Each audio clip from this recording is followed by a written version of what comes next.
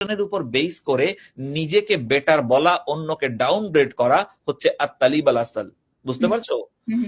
এই যে elimination of others, humiliation of others, Islam এটা সমর্থন করে না। You have to make cohabitation. আরেকজনকে নিয়ে ট্রল করছো, আরেকজনের ব্যাপারে make fun of others, so তুমি তার চেয়ে বেটার, সেটা নিজেকে দাবি করা হয় সেই কাজের মাধ্যমেই। তুমি যখন কাউকে নিয়ে রোস্টিং ভিডিও করো, তুমি কি বোঝাতে চাও? যে ইউ আর আনা খায়রুম মিনহুম, তুমি তার চেয়ে ভালো। সো তোমার সাথে তাহলে ইবলিসের পার্থক্যটা কি? কারেক্ট? আচ্ছা, দ্বিতীয় ধরনের যে ফিতনাটা আমাদের সমাজে ব্যাপকভাবে প্রচলিত, এটা হচ্ছে আল ইস্তিতাদু বিল মুলক। এটা হচ্ছে প্রাইড অফ পাওয়ার। সূরা ফুসিলাতের আয়াত নাম্বার 15 খোলো, দেখবা এক লোক সেখানে বলছে মান আশাদ্দু মিন্না কুওয়াতা। কে বলেছে এই কথা? এটা বলেছে পিপল অফ আদ, আদ গোত্রের মানুষ। কথা সত্য, তারা কিন্তু অনেক শক্তিশালী ছিল। তারা কিন্তু মাউন্টেইনের ভিতরে, not on the top of the mountain, inside the mountain, তারা কিন্তু টানেল করে বাড়িঘর তৈরি করতে পারতো। সেই টেকনোলজি তাদের কাছে তখন ছিল। and they were strong in economy, in military power, in manpower and what not. হ্যাঁ, কিন্তু সত্য কথাটা তারা কিন্তু ফিতনার মতো, অর্থাৎ অহংকারের মতো করে বলল মান আসাদ্দু মিন্না কুওয়াতা, আমাদের চেয়ে বেটার আর কে আছে in terms of strength and everything. So Allah কিন্তু তাদের জবাব দিয়েছেন। আল্লাহ কিন্তু তাদের জবাব দিয়ে বলেছেন লিনুজিকাহুম আযাবাল খিজি ফি হায়াতিদ দুনিয়া, যে এই কারণেই they tasted a humiliating punishment in this worldly life. আখেরাতে না, কিন্তু ফিল হায়াতিদ দুনিয়া, দুনিয়াতেই আল্লাহ তাদেরকে আযাবুল খিজি, মানে হিউমিলিয়েটিং, অপমানজনক শাস্তি দিয়েছেন তাদেরকে, শুধুমাত্র নিজেদের শক্তি নিয়ে বড়াই করার কারণে। আমাদের সমাজে এটা আমরা প্রচুর দেখছি। এই আমেরিকা অন্যান্য দেশের সঙ্গে কিন্তু প্রতিনিয়ত এই কথাই বলে যাচ্ছে যে আমি সবচেয়ে শক্তিশালী, আমার কথাই শুনতে হবে। মেটাফরিক্যালি তাই তো, কারেক্ট? শুধু ইউএসএ কেন, তুমি দেখো অন্যান্য বড় দেশগুলোও কিন্তু তাদের দেশে বিশেষ করে মুসলিম সম্প্রদায়ের উপর অত্যাচার করার সময় কিন্তু এটাই বলছে। ইন্ডিয়া করছে কাশ্মীরের সাথে, চায়না করছে উইঘুরের সাথে, রাশিয়া এক সময় করেছে চেচেনদের সাথে, মিয়ানমার করছে রোহিঙ্গাদের সাথে। ক্ষমতার যে দম্ভ, ইভেন আমি যদি বাংলাদেশের দিকেও তাকাই, কিছুদিন আগে বাংলাদেশে 116 জন ইসলামিক বক্তার একটা তালিকা করে দুর্নীতি দমন কমিশনে পাঠিয়ে দিয়েছে, তাদের ব্যাপারে তদন্ত করে তাদের বিরুদ্ধে ব্যবস্থা নেওয়ার জন্য। ক্ষমতার দম্ভটা কতটুকু হলে ইসলামিক স্কলারদেরকে এইভাবে জেলে পুরে রাখা যায়, এইভাবে অপারেশন করা যায়? এই miss use and abuse of power, pride and arrogance, যে আমার পজিশন, আমার অথরিটিকে ব্যবহার করে আমি করছি, ইটস এ গ্রেট ফিতনা, ফাতিহা। সো 3 নম্বর যেটা আমি বলবো সেটা হচ্ছে, আমি কি বেশি সময় নিচ্ছি আম্মু? না, it's okay. I will finish very soon. 3 নম্বর যেটা আমি বলবো সেটা হচ্ছে আল ইস্তিকবারু বিল কুওয়া। খুবই ডেঞ্জারাস। কেন? এটা হচ্ছে ওই কথা বলা যে আমি সঠিক। আগেরটা ছিল যে আমি বেটার, শয়তান বলে। এটা হচ্ছে আমি সঠিক, অন্য কারো কথা হু কেয়ারস, আই ডোন্ট কেয়ার কে কি বললো, আমি যা বলছি তাই right. I am right and no one else is right. I don't even bother to hear about them. উদাহরণ দেওয়ার আগে কোরআনিক রেফারেন্স দেই আবারও, সূরা গাফির আয়াত 29। সেখানে এক লোক বলছে মা উরিকুম ইল্লা মা আরা, আমি যা দেখছি তোমাদেরকে আমি তাই দেখাই। আমি যা কনসিডার করছি, যেটা আমার কাছে ভালো, তোমাদেরকে আমি সেটাই গ্রহণ করতে বলছি এবং বলবো। কেন? ওয়ামা আহদিকুম, I am the only guidance, আমি শুধুমাত্র তোমাদেরকে গাইডেন্স দেই। কি গাইডেন্স? ইল্লা সাবিল আল রশিদ, আমি তোমাদেরকে সঠিক গাইডেন্স দেই। তো এইরকম একটা কথা যে আমি রাইট, অন্য কেউ রাইট না, বলো এটা কে বলতে পারে? আল্লাহ কার রেফারেন্সে আমাদেরকে এটা জানালো? অর্থটা আবার বলো। যে আমি রাইট, আমি যা দেখি, আমি যা চিন্তা করি, সেটাই তোমাদেরকে আমি বলবো এবং তোমরা সেটাই মানতে বাধ্য, তোমাদের অন্য কারো কথা আমি শুনতে রাজি না। এই কথা বলেছে ফেরাউন। মুসা আলাইহিস সালামের সাথে। রাইট, না মুসা আলাইহিস সালামের সাথে না, ফেরাউনের কওমকে। মুসা আলাইহিস সালাম তার কথা মেনে নেয় নাই।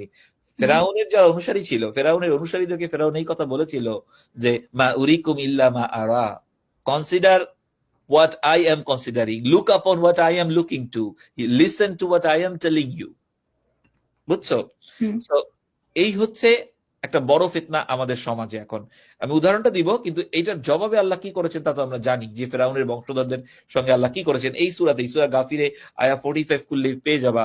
সেখানে আল্লাহ, একটু খেয়াল করে পড়তে হবে, কারণ সেখানে আল্লাহ বলেছে ওয়া হাকা বি আলি ফিরআউনা সুল আযাব, বিআলি শব্দটা দেখো, আল্লাহ বলে নাই ওয়াহাকা ফিরআউনা, যে আমি ফেরাউনকে শাস্তি দিয়েছি, সুল আযাব, আমি শুধু ওভারওয়েলমিং পানিশমেন্ট শুধু ফেরাউনকে দিয়েছি। আল্লাহ আরেকটা শুধু যোগ করে দিয়েছে, বিআলি, মানে হচ্ছে ফেরাউনের পিপলকে, ফেরাউনের কাউমকে।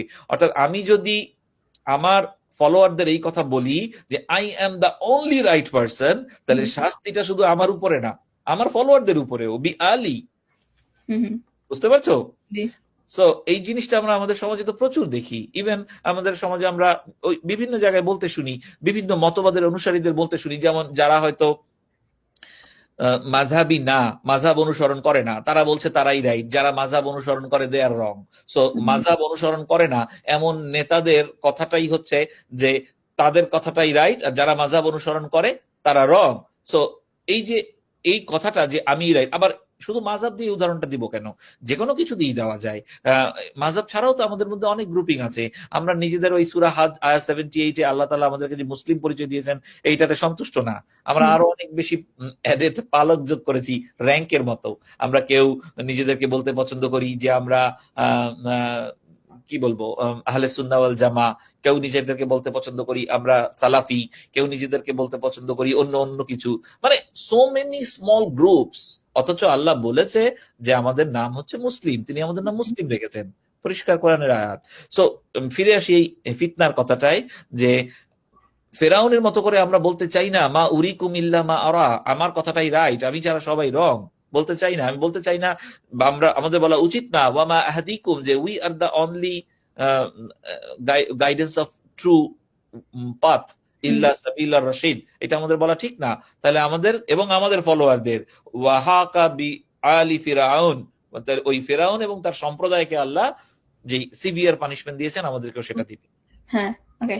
Last but not the least, চতুর্থ যে ফিতনাটা হচ্ছে এটা হচ্ছে আল ইলমি ওয়াল মাল। খুব সহজ, শব্দটা শুনলেই বোঝা যায়। ইলম হচ্ছে জ্ঞান, মাল হচ্ছে সম্পদ, অর্থাৎ তোমার অ্যাসেট, নলেজ এন্ড অ্যাসেট। এই নলেজ এন্ড অ্যাসেট নিয়ে আমাদের অনেক ফিতনা। এবং কোরআনে সূরা কাসাসের আয়াত 78 এ তুমি দেখবা এক লোক বলছে ইন্নামা উতিতুহু আলা ইলমিন ইন্দি, মানে হচ্ছে যে এই যে আমার সম্পদ এগুলো সব আমি আমার জ্ঞান দিয়ে অর্জন করেছি। এই লোকটাকে, এটা হচ্ছে কারুন। কারণ হচ্ছে মুসা আলাইহিস সালামের সময়ের একজন অতি ধনী লোক, যার অনেক জ্ঞান ছিল। আল্লাহ অন্য সূরায় অন্য জায়গায় বলেছে যে মুসা আলাইহিস সালাম এবং হারুন আলাইহিস সালামের পরে কারুন কি সবচেয়ে বেশি জ্ঞান দেওয়া হয়েছিল in that period of time. হ্যাঁ, সো এটা ট্রু, কারুনের অনেক সম্পদ ছিল, এটা ট্রু যে কারুনের অনেক তোমার নলেজ ছিল, কিন্তু কারুন কিন্তু সেটা নিয়ে অহংকার করেছে, ফিতনা করেছে। সে বলেছে যে আমার এই সম্পদ আমার জ্ঞান বলে অর্জিত, আল্লাহ তাআলা শুকরিয়া আদায় করে নাই। এবং এই কথা বলার কারণে কারুনকে আল্লাহ কি করেছে, একই চূড়ায় কয়েকটা আয়াত পরে গেলে, এটা কত, এটা তো আয়াত 78, তাহলে মনে হয় আয়াত 81 এ রয়েছে, আমার যদি ভুল না হয়, ফাখাসাফনা বিহি ওয়া বিদারিহিল আরদ, মানে আমি কারুন এবং তার প্রাসাদকে মাটিতে দাবিয়ে দিলাম। সো হোয়াটস দ্য পয়েন্ট, যে আমি আমার ইলম এবং আমার মাল, আমার নলেজ এন্ড আমার অ্যাসেট নিয়ে এত ফিতনা করলাম, সেই ঘুরে ফিরে ওই ফিতনা যে সুবুহাত এন্ড শাহাওয়াত, ডাউট এন্ড ডিজায়ারের কথা আসে।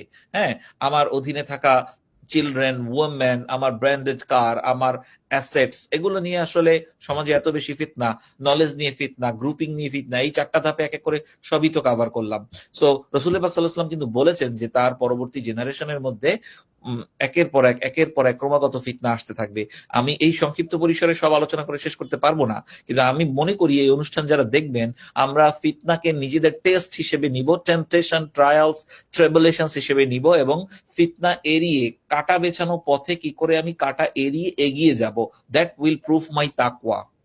আরেকজনকে ফিতনাবাজ বলে গালি দিয়ে আসলে আমি বেটার তাকওয়ার অধিকারী হতে পারবো না।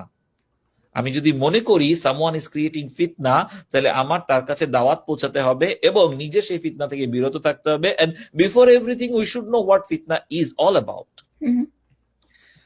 সরি আম্মু, আসলে কথা বলার সুযোগ পাইলে আমরা সবাই বেশি কথা বলি, No, right? yeah, no, yeah, it's okay.